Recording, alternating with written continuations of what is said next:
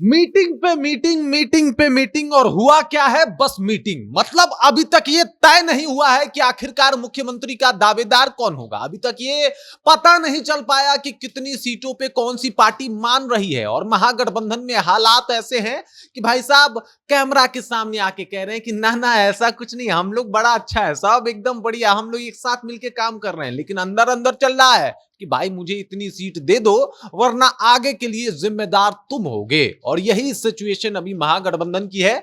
कल भी एक मीटिंग हुई थी तेजस्वी यादव के घर पर, लेकिन उसका परिणाम क्या हुआ उसी के बारे में बातचीत करेंगे। बाकी नेताओं की प्रतिक्रिया क्या आई है, उसी से एक जगह एक स्थिर बिंदु पे पहुंचने का प्रयास करेंगे कि भाई साहब ये इतना जो मीटिंग हुआ है उसका मतलब क्या है। लेकिन उससे पहले मेरा परिचय जान लीजिए। मेरा नाम है रजत और आप जनता जंक्शन देख रहे हैं। तेजस्वी यादव के आवास पे एक बार फिर से महागठबंधन की बैठक हुई, जिसमें तमाम 6 दल जो है वो सभी 6 दल शामिल हुए। सब लोगों से बातचीत हुआ कि भाई साहब किस तरीके से इस बार बिहार विधानसभा का चुनाव लड़ना है। बातचीत हुआ कि किस तरीके से कौन से मुद्दे को लेकर उठाना है।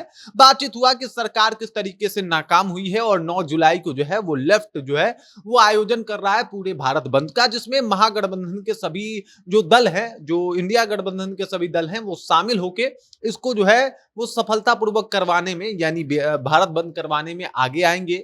लेकिन इसके ऊपर अभी भी बात नहीं हो पाई और अभी भी किसी भी तरीके से किसी एक मुख्य बिंदु पे लोग नहीं पहुंच पाए कि आखिरकार अगर बिहार विधानसभा का चुनाव होगा तो मुख्यमंत्री कौन होगा और किस पार्टी को कितनी सीटें चाहिए जिसमें वो अपने आप को सेटिस्फाइड महसूस करेंगे।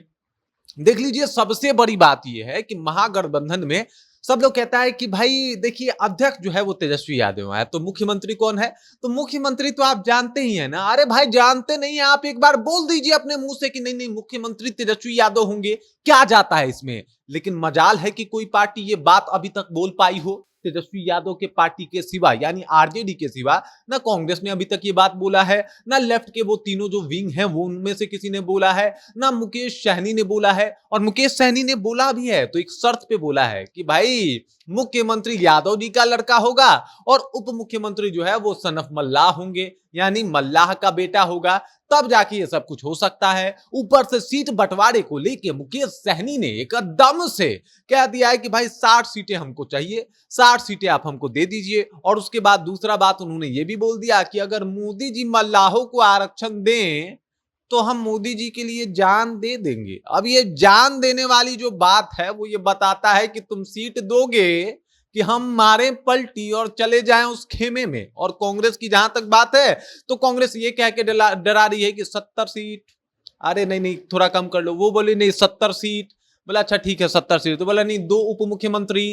तो तेजस्वी यादव कह रहे कि 2 उप मुख्यमंत्री ज्यादा। बोला नहीं 2 उप मुख्यमंत्री। नहीं तो अकेले चुनाव लड़ लेंगे। अगर 6-7% वोट का भी नुकसान हुआ तो हम आपको दे देंगे। मतलब हम अगर खेल में नहीं रहे तो आपका खेल पूरा का पूरा बिगाड़ देंगे। तेजस्वी यादव कह रहे हैं ले भाई अब ये और मामला फंसा कि आखिरकार कांग्रेस को कैसे डील किया जाए। मतलब 70 सीट चाहिए, 2 उप मुख्यमंत्री चाहिए, ज्यादा जो है वो प्रभार चाहिए और तमाम बातें सामने आ रही है। 60 सीटें उनको चाहिए। और अगर लेफ्ट गठबंधन की बात की जाए तो उन लोग का एक अपना अलग बातचीत है। तो ये सब कुछ बता रहा है कि भाई हमको जो है वो सीटें जो चाहिए वो ज्यादा से ज्यादा चाहिए। और इस हिसाब से लगभग 60 सीटों पे आरजेडी चुनाव लड़ेगी। अगर सबके हिसाब से सीटें बंटवारा कर दी जाए तो 60 सीटों पे महज आरजेडी चुनाव लड़ेगी। और सवाल ये हो जाएगा कि ले भाई इस तरीके से भी तो अपना सपना पूरा नहीं हो रहा। 60 सीटों पे अगर आप चुनाव लड़ भी जाए तो आप मुख्यमंत्री बनने से बहुत पीछे रह जाएंगे। क्योंकि अगर मान लीजिए 60 में से आप 20 सीटें भी हार गए तो 40 सीटें लेके आप मुख्यमंत्री की दावेदारी अगर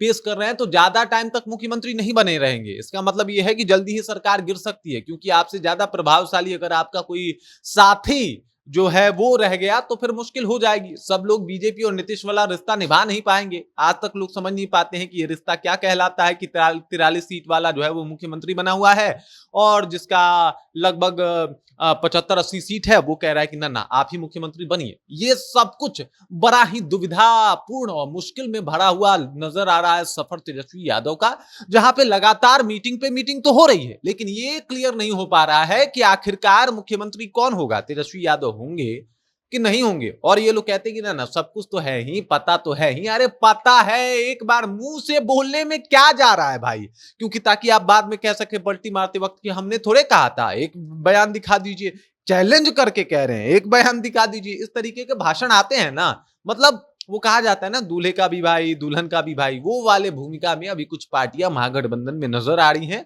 और इससे समस्या तेजस्वी यादव को होता हुआ दिखाई दे रहा है। मतलब तमाम मुद्दे पे बातें हो रही हैं, लेकिन एक बार भी जब वहां से मीटिंग करके ये लोग बाहर आते हैं, ये कह दे मजाल हो कि मुख्यमंत्री हम तेजस्वी यादव को मानते हैं ना, बिल्कुल भी नहीं। अध्यक्ष बना दिया लेकिन मुख्यमंत्री अभी तक नहीं मानते, एक भी बयान इन्होंने नहीं दिया है, जो कि बहुत बड़ा समस्या का विषय बनता हुआ दिखाई दे रहा है आरजेडी के लिए, तेजस्वी यादव के लिए, तेजस्वी के सपनों के लिए।